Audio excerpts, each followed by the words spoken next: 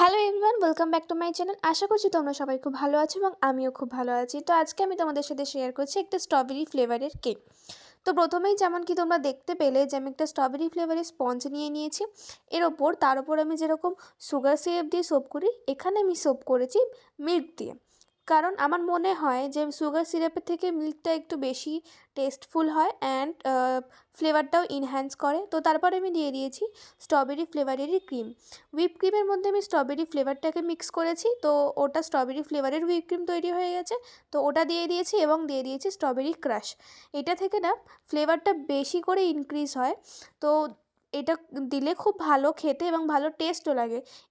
মানে স্ট্রবেরি ক্রাশও দিতে পারো অথবা তোমরা রিয়েল স্ট্রবেরিও দিতে পারো, সেটাতেও ভালো ফ্লেভার ইনক্রিজ হবে।